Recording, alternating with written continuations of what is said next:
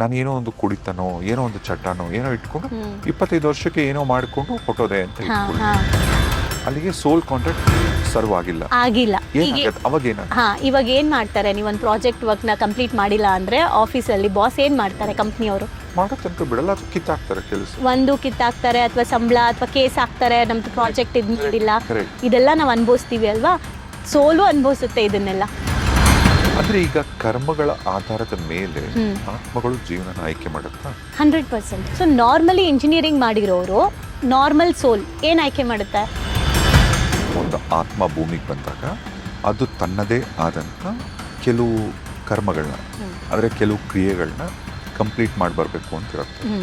ಅದರ ಮಧ್ಯೆ ಎಲ್ಲಿ ಡಿಸ್ಕಂಟಿನ್ಯೂ ಆದ್ರೂ ಮತ್ತೆ ಫಸ್ಟಿಂದ ಶುರು ಮಾಡಬೇಕು. ಹೌದು. ಸೊ ಅದಕ್ಕೇನೆ ಈ ಆತ್ಮಹತ್ಯೆಗಳು ಯಾಕೆ ಮಾಡ್ಕೋಬಾರ್ದು ಅಂದ್ರೆ ಕಂಪ್ಲೀಟ್ ಮಾಡಕ್ ಬಂದ್ಮೇಲೆ ಮಾಡ್ಬಿಡ್ಬೇಕು. ಸೋಲ್ ಕಾಂಟ್ರಾಕ್ಟ್ ಅಂದ್ರೆ ಅದನ್ನ ಇನ್ನೂ ಸಿಂಪ್ಲಿಫೈ ಆಗಿ ನಾನು ಅರ್ಥ ಮಾಡ್ಕೊಂಡಿದ್ದು ಹೇಳ್ತೀನಿ. ಈಗ ನಾನು ಇಲ್ಲಿ ಬರ್ಬೇಕಂದ್ರೆ ಈ ಭೂಮಿ ಮೇಲೆ ಒಂದು 80 ವರ್ಷ ಬದುಕ್ತೀನಿ, ನಾನು ಹಿಂಗಿಂಗ್ ಬದುಕ್ತೀನಿ, ನನ್ನ ಕೈಲಿ ಇಷ್ಟು ಸೇವೆ ಮಾಡ್ತೀನಿ, ಈ ತರ ಹಿಂಗೆಲ್ಲ ಹೇಳಿ ಸೋಲ್ ಒಂದು ಕಾಂಟ್ರಾಕ್ಟ್ ಮಾಡಿ ಬರ್ತೀನಿ. ಈಗ ನಾನು ಬಂದಿದ್ದು ಒಂದು 25 ವರ್ಷಕ್ಕೇನೆ ನಾನು ಏನೋ ಒಂದು ಕುಡಿತನೋ ಏನೋ ಒಂದು ಚಟನೋ ಏನೋ ಇಟ್ಕೊಂಡು 25 ವರ್ಷಕ್ಕೆ ಏನೋ ಮಾಡ್ಕೊಂಡು ಹೊಟ್ಟೋದೆ ಅಂತ ಇಟ್ಕೊಳ್ಳಿ. ಅಲ್ಲಿಗೆ ಸೋಲ್ ಕಾಂಟ್ರಾಕ್ಟ್ ಸರ್ವ್ ಆಗಿಲ್ಲ. ಇವಾಗ ಏನ್ ಮಾಡ್ತಾರೆ, ನೀವೊಂದು ಪ್ರಾಜೆಕ್ಟ್ ವರ್ಕ್ ನ ಕಂಪ್ಲೀಟ್ ಮಾಡಿಲ್ಲ ಅಂದ್ರೆ ಆಫೀಸಲ್ಲಿ ಬಾಸ್ ಏನ್ ಮಾಡ್ತಾರೆ, ಕಂಪ್ನಿಯವರು ಮಾಡೋ ತನಕ ಬಿಡಲ್ಲ, ಅದು ಕಿತ್ತಾಕ್ತಾರೆ ಕೆಲಸ. ಒಂದು ಕಿತ್ತಾಕ್ತಾರೆ ಅಥವಾ ಸಂಬಳ ಅಥವಾ ಕೇಸ್ ಹಾಕ್ತಾರೆ, ನಮ್ದು ಪ್ರಾಜೆಕ್ಟ್ ಇದ್ ಮಾಡಿಲ್ಲ, ಇದೆಲ್ಲ ನಾವ್ ಅನುಭವಿಸ್ತೀವಿ ಅಲ್ವಾ. ಸೋಲು ಅನುಭವಿಸುತ್ತೆ ಇದನ್ನೆಲ್ಲ. ಇನ್ನೊಂದ್ ಸತ್ಯ ಏನಂದ್ರೆ ನಾವ್ ಇವತ್ತೇನೆಲ್ಲ ನೋಡ್ತಾ ಇದೀವಿ ಅಲ್ವಾ, ಜೈಲು, ಕೋರ್ಟು, ಶಿಕ್ಷೆ ಅಂತೆಲ್ಲ ನೋಡ್ತಾ ಇದೀವಲ್ಲ, ಇದೆಲ್ಲ ಯಾರ್ ತಲೆಗ್ ಬಂತು ಈ ಐಡಿಯಾ? ಈ ಸಿಸ್ಟಮ್ ಯಾರ್ ಕ್ರಿಯೇಟ್ ಮಾಡಿದ್ರು? ಯಾಕೆ ಮಾಡ್ಬೇಕನ್ನಿಸ್ತು? ಮಾಡಕ್ ಮುಂಚೆ ಈ ಐಡಿಯಾ ಎಲ್ಲಿತ್ತು? ಇದೆಲ್ಲ ಆಲ್ರೆಡಿ ಯೂನಿವರ್ಸಲ್ ಇದೆ. ಸೋಲ್ ನೀವೇನ್ ಹೇಳಿದ್ರಿ, ಅರ್ಧ ಬಿಟ್ರೆ ಏನಾಗುತ್ತೆ ಅಂತ. ನಿಮ್ಗೊಂದು ಇನ್ನೊಂದು ಎಕ್ಸಾಂಪಲ್ ಕೊಡ್ತೀನಿ, ಅವಾಗ ಗೊತ್ತಾಗುತ್ತೆ. ಆಫ್ ಬಿಟ್ರೆ ನಾನೇನು ಮಾಡಲ್ಲ ಅಂತ ಎಸ್ಕೇಪ್ ಆದ್ರೆ ಏನಾಗುತ್ತೆ ಅಂತ. ಈಗ ನಿಮಗ್ ಗೊತ್ತಿಲ್ಲ ನೀವೇನ್ ತಪ್ಪು ಮಾಡಿದೀರಾ ಅಂತ ಅನ್ಕೊಳ್ಳೋಣ. ನಿಮ್ಮನ್ನ ಪೊಲೀಸ್ ಕರ್ಕೊಂಡು ಹೋಗ್ತಾರೆ, ಸ್ಟಾರ್ಟ್ ಮಾಡ್ತಾರೆ ನಿಮ್ಗೆ ಹೊಡಿಯಕ್ಕೆ. ಪೊಲೀಸ್ ನೋಡ್ಬಿಟ್ಟಿದ್ದಾರೆ ನೀವು ತಪ್ಪು ಮಾಡಿರೋದು. ನೀವ್ ಹೇಳ್ತಿದ್ದೀರಾ ನಾನು ತಪ್ಪು ಮಾಡಿಲ್ಲ ಅಂತ. ಅದು ನಿಮಗ್ ಗೊತ್ತಿದ್ದು ಮಾಡಿದ್ರು ಗೊತ್ತಿಲ್ಲದೆ ಮಾಡಿದ್ರು ತಪ್ಪಾಗಿದೆ. ಹೊಡಿಯಕ್ ಸ್ಟಾರ್ಟ್ ಮಾಡ್ತಾರೆ. ಎಲ್ಲಿವರೆಗೂ ಹೊಡಿತಾರೆ? ನಿಜ ಬಾಯ್ ಬಿಡೋ ತನಕ. ಹೌದು ನಾನು ತಪ್ಪು ಮಾಡಿದೀನಿ ಅನ್ನೋ ತನಕನೂ ಹೊಡಿತಾರೆ. ಆಯ್ತಾ? ಹೊಡೆದಿದ್ದಾದ್ಮೇಲೆ ನೀವು ತಪ್ಪು ಒಪ್ಕೊಂಡ್ಮೇಲೆ ಏನ್ ಮಾಡ್ತಾರೆ? ಆಯ್ತು ಬಿಟ್ಟು ಕಳಿಸ್ತಾರೆ. ಕೋರ್ಟಿಗೆ ಸಬ್ಮಿಟ್ ಮಾಡಿ ನೆಕ್ಸ್ಟ್ ಪ್ರೋಸೆಸ್ಗೆ ಆಯ್ತು ಹೋಗಪ್ಪ ಈಗ ಕೋರ್ಟ್ಗೆ ನೀನ್ ಹೋಗ್ಬೇಕು ಅಂತ ಕಳಿಸ್ತಾರೆ. ಕೋರ್ಟಿಗೆ ಹೋದ್ಮೇಲೆ ಅಲ್ಲಿ ನಾವ್ ಯಾವ ತಪ್ಪು ಮಾಡಿದೀವಿ, ಅದ್ರ ಪ್ರಮಾಣ ಎಷ್ಟಿದೆ ಅದಕ್ಕೆ ತಕ್ಕಂಗೆ ಶಿಕ್ಷೆ ಕೊಡ್ತಾರೆ. ಶಿಕ್ಷೆ ಕೊಡೋದ್ರ ಜೊತೆಗೆ ಆಪ್ಷನ್ ಕೊಡ್ತಾರೆ, ನೀನ್ ಯಾರನ್ನಾದ್ರೂ ಲಾಯರ್ ಇಟ್ಕೊಂತೀಯಾ ಅಂತ. ಕರೆಕ್ಟ್ ಅಲ್ವಾ? ಆಪ್ಷನ್ ಕೊಡ್ತಾರೆ. ನೀನ್ ಬೇಕಾದ್ರೆ ವಾದ, ನೀನ್ ತಪ್ಪು ಅಂತ ಗೊತ್ತಿದ್ರು ನಿನ್ ಕಡೆಯವ್ರು ಏನಾದ್ರು ಇಟ್ಕೋ ಅಂತ ಹೇಳ್ತಾರೆ. ಕರೆಕ್ಟ್. ಗವರ್ಮೆಂಟ್ ಇಂದ ಇಟ್ಕೋಬಹುದು. ನಾವ್ ಯಾರನ್ನೇ ಇಟ್ಕೊಂಡ್ರು ಕೂಡ ಶಿಕ್ಷೆ ಅಂತ ನಾವ್ ಒಂದ್ ಪ್ರೊಸೆಸ್ ಅಂತೂ ನಾವ್ ಕಂಪ್ಲೀಟ್ ಮಾಡ್ಬೇಕು, ಜೈಲಿಗೆ ಹೋಗ್ಬೇಕು. ಈಗ 5 ವರ್ಷ ಜೈಲ್ ಶಿಕ್ಷೆ ಅಂತ ನಿಮ್ಗೆ ಹೇಳಿದ್ದಾರೆ. ಇದನ್ನ ನೀವು ತಗೊಳಕ್ ಹೋಗಿದ್ದೀರಾ ಜೈಲಿಗೆ. 5 ವರ್ಷ ನಿಮಗ್ ಜೈಲ್ ಶಿಕ್ಷೆ ಫಿಕ್ಸ್ ಆಗಿದೆ. ನೀವ್ ಹೆಂಗಿದ್ರು ಹೊರಗ್ ಬರಕ್ ಆಗಲ್ಲ, ಕೇಸ್ ನಡೀತಾ ಇರುತ್ತೆ. ನೀವು ಆ ಜೈಲಲ್ಲಿ ಒಳ್ಳೆ ನಡತೆಯಿಂದ ಒಳ್ಳೆ ರೀತಿಯಲ್ಲಿ ಇದ್ರೆ August 15th ಎವ್ರಿ ಇಯರ್ ಒಳ್ಳೆ ನಡತೆನ ಹೊರಗಡೆ ಬಿಡ್ತಾರೆ. ಕರೆಕ್ಟಾ? ಇದೇ ಸೋಲ್ ಜರ್ನಿ. ಈ ಸಿಸ್ಟಮ್ ಎಲ್ಲ ಯಾರ್ ತಲೆಗ್ ಬಂದಿದೆ, ಅದು ಆಲ್ರೆಡಿ ಭಗವಂತಂದು ಸಿಸ್ಟಮ್ ಇದು. ಅಂದ್ರೆ ಸೋಲು ನಮಗ್ ಗೊತ್ತಿಲ್ಲ ನಾವೇನ್ ತಪ್ಪು ಮಾಡಿದೀವಿ ಅಂತ. ಇಲ್ಲಿ ಬಂದು ನಾನೇನು ತಪ್ಪೇ ಮಾಡಿಲ್ಲ, ನಾನೇನು ತಪ್ಪು ಮಾಡಿಲ್ಲ, ನಂಗ್ ಮಾತ್ರ ಯಾಕೆ ಇಷ್ಟು ಶಿಕ್ಷೆ? ತುಂಬಾ ಜನ ಕೇಳ್ತಾರೆ, ನಾನು ಏನ್ ಪಾಪ ಮಾಡಿದ್ದೀನಿ ಅಂತ ಭಗವಂತ ಹಿಂಗ್ ಮಾಡ್ತಾನೆ. ಅದಕ್ಕೆ ಹೇಳ್ತಾರೆ, ಪೂರ್ವ ಜನ್ಮದಲ್ಲಿ ನಾ ಮಾಡಿದ ಪಾಪದಿಂದ ದುರ್ವಿಯೋಳು ಜನಿಸಿದನೋ ಕೃಷ್ಣ ಅಂತ. ಪೂರ್ವ ಜನ್ಮದಲ್ಲಿ ನಾನೇನೋ ಪಾಪ ಮಾಡಿದ್ದಕ್ಕೆ ಭೂಮಿಗೆ ಬಂದಿದ್ದೀನಿ ಕಲಿಯಕ್ಕೆ ನಾನು ಕೃಷ್ಣ ಅಂತ. ಅಂಡ್ ನಿಮ್ಗೆ ಒಂದ್ ಸಾಂಗ್ ಬರುತ್ತೆ ರಾಘವೇಂದ್ರ ಸ್ವಾಮಿದು, ಮುನ್ನ ಮಾಡಿದ ಪಾಪ ಯಾರ ತಾತನ ಗಂಟು ಅಂತ. ಸೊ ಇದೆಲ್ಲ ಏನಕ್ಕೆ ಬಂದಿರೋದು? ಕರೆಕ್ಟ್ ಅಲ್ವಾ? ಅಂದ್ರೆ ನಮಗೆ ಗೊತ್ತಿಲ್ಲ ನಾವೇನ್ ತಪ್ಪು ಮಾಡಿದೀವಿ ಅಂತ, ಮರ್ತಿದೀವಿ. ಅದನ್ನ ನೆನಪು ಮಾಡಕ್ಕೆ ಪೊಲೀಸ್ ಪದೇ ಪದೇ ನಮ್ ಲೈಫ್ ಅಲ್ಲಿ ಬರ್ತಿರ್ತಾರೆ. ಯಾರ್ ಪೊಲೀಸು? ನನ್ ಗಂಡ ಆಗ್ಬೋದು, ನನ್ ಹೆಂಡತಿ ಆಗ್ಬೋದು, ನನ್ ಮಕ್ಳಾಗ್ಬೋದು, ನನ್ ಪೇರೆಂಟ್ಸ್ ಆಗ್ಬೋದು, ನನಗ್ ಮೋಸ ಮಾಡೋರಾಗ್ಬೋದು. ನೀನ್ ಇದನ್ ಮಾಡ್ದೆ ನಾವು ಟ್ರಿಗರ್ ಆಗೋ ತರ ಮಾಡ್ತಾರೆ. ನಾವು ಒಪ್ಪಲ್ಲ, ಅವ್ರು ಬಿಡಲ್ಲ. ನೀವ್ ಒಪ್ಪಿಟ್ರಿ ಅನ್ಕೊಳ್ಳಿ, ಹೌದಮ್ಮ ನಾನ್ ತಪ್ಪು ಮಾಡಿದೀನಿ ಕ್ಷಮಿಸ್ಬಿಡು ಅಂತ. ಹಂಗಿದ್ರೆ ನೀವು ಲರ್ನಿಂಗ್ ಹೋಗಿ, ಅಂದ್ರೆ ಶಿಕ್ಷೆ ತಗೊಳ್ಳಿ ಅಂತಾರೆ. ಶಿಕ್ಷೆ ಅಂದ್ರೆ ಏನು? ಇಷ್ಟ ಅವರಂತ ಪ್ರೊಸೆಸ್ ಇರುತ್ತೆ. ಡಿವೋರ್ಸ್ಗಳು ಇವೆಲ್ಲ ಏನಕ್ಕಾಗತ್ತೆ? ನಾವ್ ಅನ್ಕೊಂಡಿದೀವಿ ಡಿವೋರ್ಸ್ ಬಗ್ಗೆ ಎಲ್ಲ ಕೆಟ್ಟದಾಗ ಮಾತಾಡ್ತೀವಿ ಕೆಲವೊಂದು, ಗಂಡನ ಜೊತೆ ಇರಕ್ಕಾಗಿಲ್ಲ, ಹೆಂಡತಿ ಜೊತೆ ಇರಕ್ಕಾಗಿಲ್ಲ ಅಂತ. ಅದೆಲ್ಲ ಸುಳ್ಳು. ಆ ಕಾಂಟ್ರಾಕ್ಟ್ ಮುಗಿದ್ಮೇಲೆ ಸೈನ್ ಹಾಕಿ ಬರ್ತಾ ಇರ್ಬೇಕು. ಅದು ಡೆತ್ ಆದ್ರೂ ಆಗ್ಬೋದು, ಡಿವೋರ್ಸ್ ಆದ್ರೂ ಆಗ್ಬೋದು, ಬಿಟ್ಟು ಹೋಗೋದಾದ್ರೂ ಆಗ್ಬೋದು. ಅಂದ್ರೆ ಈಗ ಕರ್ಮಗಳ ಆಧಾರದ ಮೇಲೆ ಆತ್ಮಗಳು ಜೀವನ ಆಯ್ಕೆ ಮಾಡುತ್ತಾ? 100%. ಏನ್ ಈಗ ಎಕ್ಸಾಂಪಲ್, ನೀವು ಇಂಜಿನಿಯರಿಂಗ್ ಮಾಡಿದೀರಾ ಆಯ್ತಾ? ಸೊ ನಾರ್ಮಲಿ ಇಂಜಿನಿಯರಿಂಗ್ ಮಾಡಿರೋರು ನಾರ್ಮಲ್ ಸೋಲ್ ಏನ್ ಆಯ್ಕೆ ಮಾಡುತ್ತೆ? ನೆಕ್ಸ್ಟ್ ಕೆಲ್ಸ ಕಂಪನಿಗಳಲ್ಲಿ ಇಂಜಿನಿಯರಿಂಗ್ ರಿಲೇಟೆಡ್ ಆಯ್ಕೆ ಮಾಡುತ್ತೆ. ನಿಮ್ ಸೋಲ್ ಇನ್ನೊಂದ್ ಸ್ವಲ್ಪ ಒಳ್ಳೆ ಕೆಲಸ ಮಾಡಿದ್ರೆ ನೀವ್ ಏನ್ ಓದಿರ್ತೀರಾ ಅದಕ್ಕಿಂತ ಬೆಸ್ಟ್ ಕಡೆ ನಿಮಗ್ ಸಿಗುತ್ತೆ. ಕರೆಕ್ಟ್ ಅಲ್ವಾ? ಸಂಬಳನೂ ಜಾಸ್ತಿ ಸಿಗುತ್ತೆ. ಸೇಮ್ ಈ ಪಾತಲ್ಲಿ ಏನಾಗುತ್ತೆ, ಪಾಸ್ಟ್ ಲೈಫ್ ಇಂದ ನಾವ್ ಏನೇನ್ ಕರ್ಮಗಳು ಮಾಡಿದೀವಿ, ಕರ್ಮ ಅಂದ್ರೆ ಕೆಟ್ಟದ್ದಲ್ಲ, ಕೆಲ್ಸ ಅಷ್ಟೆ. ಸೊ ಏನೆಲ್ಲ ಕೆಲಸ ಮಾಡಿದೀವಿ ಆ ಕೆಲ್ಸದ ಆಧಾರದ ಮೇಲೆ ಇವ್ರು ಎಷ್ಟು ಅವರ್ ಕೆಲಸ ಮಾಡಿದ್ದಾರೆ, ಕ್ವಾಲಿಟಿ ಕೆಲಸ ಮಾಡಿದಾರಾ ಅಂತ ಆಧಾರದ ಮೇಲೆ ಈ ಲೈಫ್ ನಮಗ್ ಸಿಗುತ್ತೆ. ಈಗ ಕೆಲವ್ರು ಹೇಳ್ತಾರೆ ಶ್ರೀಮಂತ ಹೊಟ್ಟೆಲಿ, ನನಗೆ ರೀಸೆಂಟ್ ಆಗಿ ಒಬ್ರು ಕ್ಲೈಂಟ್ ಹೇಳ್ತಾ ಇದ್ರು, ಏನ್ ಮೇಡಮ್ ಅವ್ರಿಗೇನ್ ಕೊರತೆ ಮೇಡಮ್, ದೊಡ್ಡ ಶ್ರೀಮಂತರ ಹೊಟ್ಟೆಲ್ ಉಟ್ಬಿಟ್ಟಿದ್ದಾರೆ, ಸೇವೆ ಮಾಡ್ತಾರೆ, ಮಾಡಕ್ಕೇನು ಮಾಡ್ತಾರೆ, ನಮ್ಮಪ್ಪನು ಹಿಂಗ್ ಮಾಡಿಟ್ಟಿದ್ರೆ ನಾನು ಹಿಂಗೆ ಮಾಡ್ತಾ ಇದ್ದೆ ಅಂತ ಒಬ್ರು ಹೇಳ್ತಾ ಇದ್ರು. ನಾನ್ ನೀವ್ಯಾಕೆ ಹುಟ್ಟಿಲ್ಲ ಅವ್ರ ಹೊಟ್ಟೆಲಿ ಅಂತ ಕೇಳ್ದೆ. ಓಕೆ, ಅದೇ ಏನೋ ಜನ್ಮದ್ದು ಅಂದ್ರು. ಅದೇ ಏನ್ ಜನ್ಮದ್ದು, ಯಾಕೆ ನಿಮ್ಗೆ ಅವ್ರು ಸಿಗ್ಲಿಲ್ಲ? ಹಂಗಿದ್ರೆ ಸೈಲೆಂಟ್ ಆದ್ರು, ಆನ್ಸರ್ ಇಲ್ಲ ನಮ್ಮ ಹತ್ರ, ಅದಕ್ಕೆ ನಾವೇನೇನೋ ಮಾತಾಡ್ತಾ ಇರ್ತೀವಿ. ಸೊ ನಾವ್ ಅನ್ಕೊಂತೀವಿ ಅವ್ರಿಗೇನ್ ಕೊರತೆ, ಶ್ರೀಮಂತರು ಹೊಟ್ಟೆಲಿ ಹುಟ್ಬಿಟ್ರು ಅಂತ. ಶ್ರೀಮಂತರು ಹೊಟ್ಟೆಲಿ ಹುಟ್ಟೋ ಅಂತ ಯೋಗ್ಯತೆ ಆ ಸೋಲ್ ಏನೋ ಮಾಡಿದೆ ಲಾಸ್ಟ್ ಲೈಫಲ್ಲಿ. ಸುಮ್ನೆ ಚಿನ್ನ ಸ್ಪೂನ್ ಇಟ್ಕೊಂಡು ಬರೋಲ್ಲ. ನಾವು ಚಿನ್ನ ಸ್ಪೂನ್ ಇಟ್ಕೋಬಹುದು, ನಮ್ದು ಲೈಫಲ್ಲಿ ಎಲ್ಲ ಕಂಪ್ಲೀಟ್ ಮಾಡಿದಾಗ ನಮಗೂ ಆ ಲೈಫ್ ಸಿಗುತ್ತೆ. ಅಂಡ್ ಅದಕ್ಕೆ ಇನ್ನೂ ಕೆಲವರು ಹೇಳ್ತಿರ್ತಾರೆ ಗೊತ್ತಾ, ಯಾವ ಜನ್ಮದಲ್ಲಿ ಏನ್ ಪಾಪ ಮಾಡಿದ್ನೋ ಇವಾಗ ನಾನು ಇದು ಅನ್ಭವಿಸ್ತಾ ಇದ್ದೀನಿ ಅಂತ. ಅದನ್ನ ನೆಗೆಟಿವ್ ಆಗಿ ತಗೊಳ್ತಾ ಇರ್ತಾರೆ.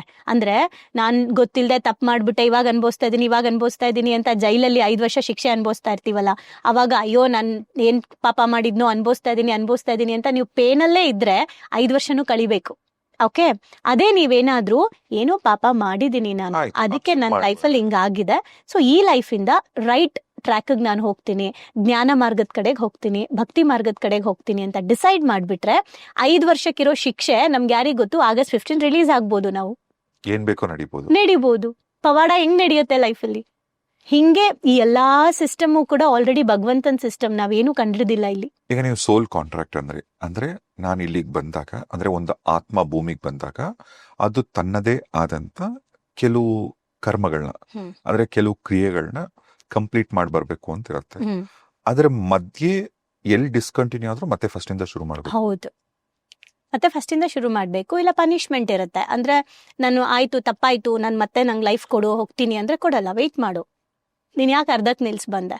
ಅದೇ ಅಲ್ವಾ ಕಂಪ್ನಿಗಳಲ್ಲಿ ನಾವು ಪ್ರಾಜೆಕ್ಟ್ ಕಂಪ್ಲೀಟ್ ಮಾಡಿದೆ, ನಮ್ ಕಾಂಟ್ರಾಕ್ಟ್ ಆದ್ರೆ ಏನೆಲ್ಲ ಕೇಸ್ಗಳೆಲ್ಲ ಹಾಕ್ತಾರೆ, ಅವೆಲ್ಲವೂ ಫೇಸ್ ಮಾಡ್ಬೇಕಾಗತ್ತೆ ಮತ್ತೆ. ಸೊ ಅದಕ್ಕೇನೆ ಈ ಆತ್ಮಹತ್ಯೆಗಳು ಯಾಕೆ ಮಾಡ್ಕೋಬಾರ್ದು ಅಂದ್ರೆ, ಕಂಪ್ಲೀಟ್ ಮಾಡಕ್ ಬಂದ್ಮೇಲೆ ಮಾಡ್ಬಿಡ್ಬೇಕು. ಎಸ್ಕೇಪ್ ಆಗಂಗಿಲ್ಲ ನಾವು.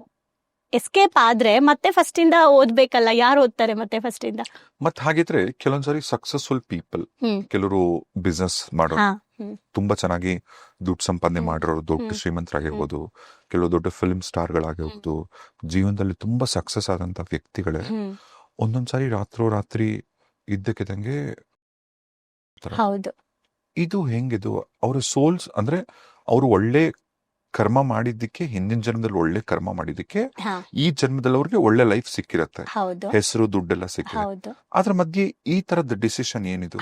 ಅದನ್ನೇ ನಾನು ಹೇಳಿದ್ದು, ಪ್ರಾರಬ್ಧ ಕರ್ಮದಿಂದ ಅವ್ರಿಗೆ ಒಳ್ಳೇದ್ ಸಿಕ್ಕಿದೆ, ಸಂಚಿತ ಕರ್ಮ ಅಕ್ಯುಮುಲೇಟೆಡ್ ಬ್ಯಾಲೆನ್ಸ್ ಇದೆಯಲ್ಲ, ಅವನು ಒಂದ್ ಚೂರು ಬಿಡಲ್ಲ ನಮ್ಮ ಹತ್ರ.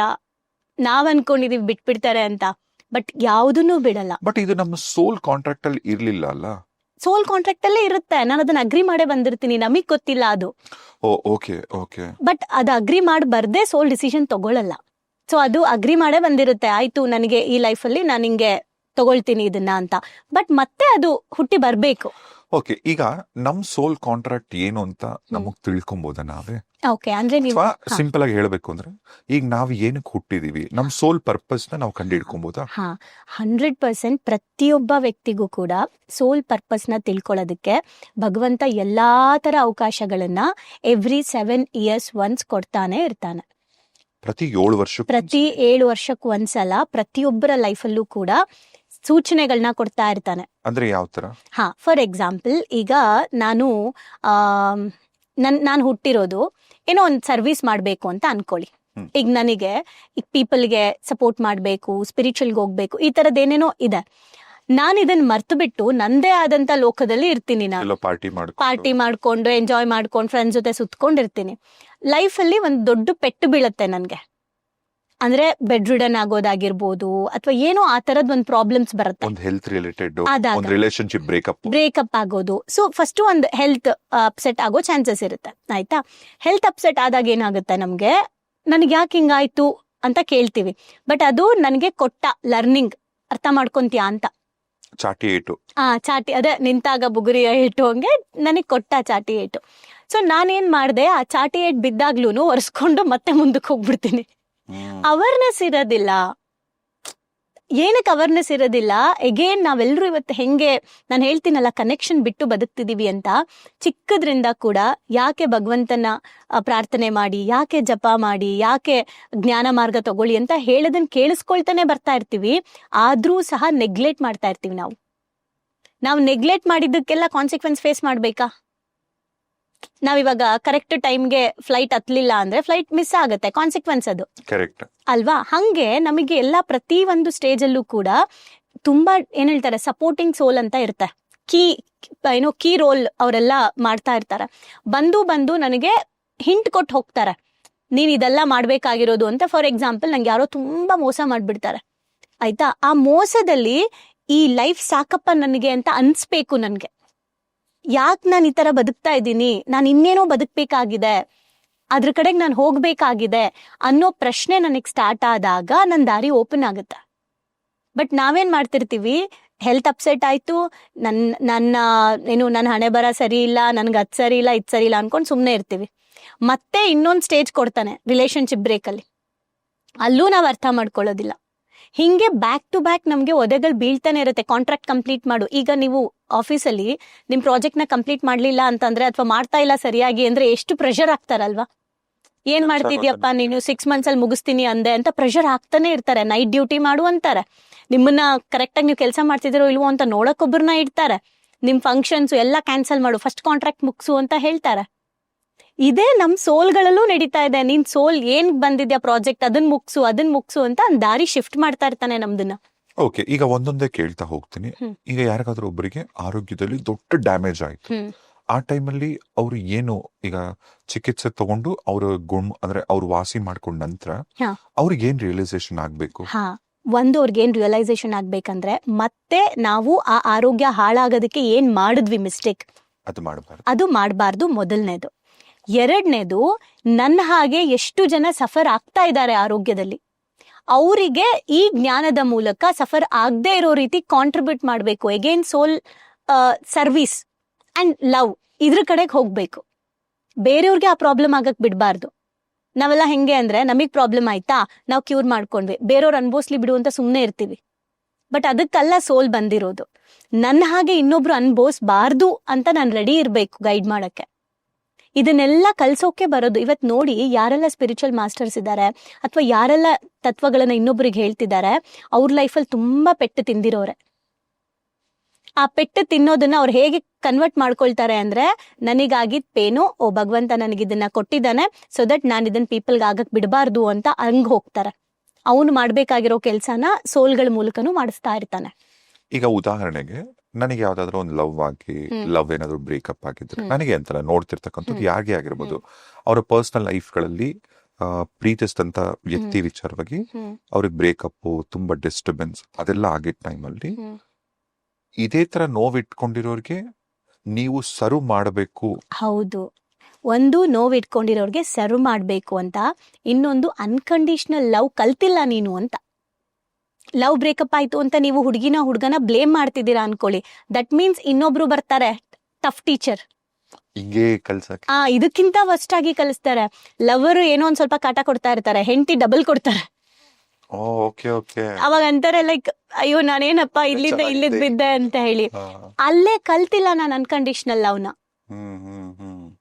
ಅಂದ್ರೆ ಅನ್ಕಂಡೀಷನಲ್ ಪ್ರೀತಿನ ನಾನು ಕಲ್ತಿಲ್ಲ, ಸೇಮ್ ಪ್ಯಾಟರ್ನ್ ಇಟ್ಕೊಂಡಿದೀನಿ ನಾನು. ನಾನು ಏನೂ ಕಲಿಬೇಕಾಗಿರೋದನ್ನ ಕಲೀಲಿಲ್ಲ ಅಂದಾಗ ಕಲ್ಸೋಕೆ tuition, next teacher, tough teacher ಬರ್ತಾನೆ ಇರ್ತಾರೆ ಲೈಫಲ್ಲಿ. ನಿಮಗೆ ಆ ಟಫ್ನೆಸ್ ಕಡಿಮೆ ಆಗಬೇಕು ಲೈಫಲ್ಲಿ ಅಂದರೆ ಒಂದು ಸಲಕ್ಕೆ ನೀವು ಕಲ್ತು ಏನು ಕಲ್ತಿಲ್ಲ ನಾನು ಅಂತ ಒಳಗಡೆ ನೋಡ್ಕೊಬೇಕು. ಅದಕ್ಕೆ ಹೇಳೋದು, ಹೊರಗಡೆ ಪ್ರಪಂಚನ ಬ್ಲೇಮ್ ಮಾಡೋ ತನಕ ಒಳಗಡೆ ಪ್ರಪಂಚ ಕಾಣಲ್ಲ.